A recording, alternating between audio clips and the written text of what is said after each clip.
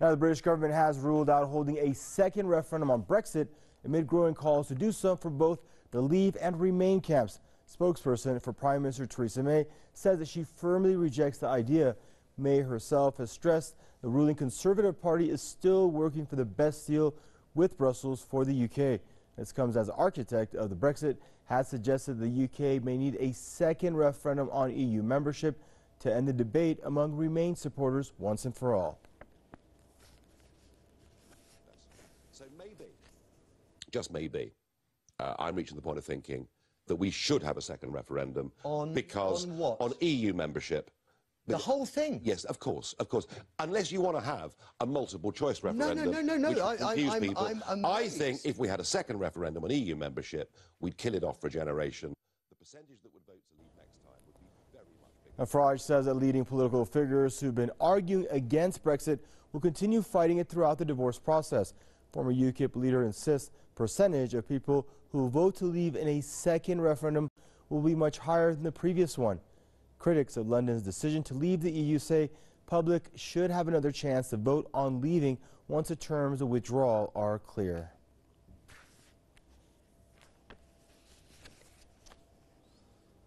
And joining us now out of London is Mr. Tony Gosling, investigative journalist. Hello, Tony. Thanks for joining us back on the program. Now, Tony, what's Nigel Farage saying? I mean, is there merit here to what he's saying? Do you really think that the Remain camp or the Leave camp, pardon me, would have a bigger outing if they were to do a revote? Look, I think Farage is just stirring things up, actually. I don't think seriously that this is going to happen. He's talking really about a terms of withdrawal vote. So once the terms of withdrawal are agreed, having a vote then. I just simply don't think it's going to happen, because once the terms of withdrawal are drawn up, those are going to be the terms. There has been, for example, the Mayor of London today pointing out that a no deal could cost the UK £50 billion and lose 500,000 jobs in Britain. But the thing is, he's a Remainer, and we do hear a lot about the what they call Remainers, and also what I would call the Remainiacs, who try to pretend that there is a possibility of redoing this vote. There isn't. And I would remind everybody that it was one of the biggest voter turnouts we've ever had in Britain, far more than usual general elections, because we've become dispirited with politics, because essentially most of our laws were being made in Brussels, not in London, so people weren't voting as much in general elections. Look, the government ministers are becoming managers in Brussels, managers of a business, and a business that puts money first and people second. They've been saying now that because Brussels is going to lose money from Britain when Brexit happens, they're going to put up a new charge for everybody to enter the European Union of €5. They're concentrating just on money, and that's all they seem to care about. And the fact of the matter is they don't have a handle on the banks. The banks are controlling the money system, and Brussels, and at the moment the Westminster government, but that may not be forever, still haven't actually got a handle on the banks and the money system. They've got to make sure that they take control of money, and Brussels is just simply not going to do that.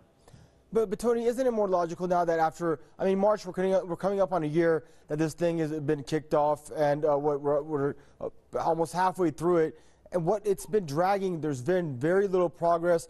There's been three things that supposedly, the Irish border thing, the EU citizens' rights residing in the UK and abroad, and what's the third one that I'm missing? Oh, and the fee, and the exit fee. Okay, so these things have somewhat been hammered out. They're not even 100% hammered out, but supposedly we're going on the second phase. It's dragging.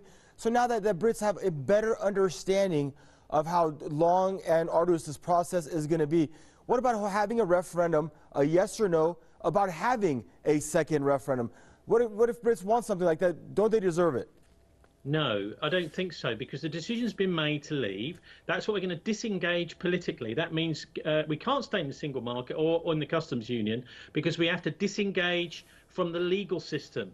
That is the European Court of Justice. We can no longer be part of that anymore. We are leaving. And, we are in a very difficult situation. I understand what you say. It's taking a long time. That's really the fault, I think, of Brussels, who want to make an example of Britain. It's taken nearly a year just to get the divorce bill settled, which is just about settled now. I actually think we may almost end up with a no-deal deal, which means we get very little at the end of it, because it's very important that Brussels sends a message to all those other EU members. And as I've said, it's effectively a corporate structure. It's not a democratic structure. The commission that runs the Brussels and the European Union is not elected, folks. It's appointed with failed politicians who are there really at the behest of big business to run the show. So I think that they're going to try and punish Britain at the end of the day.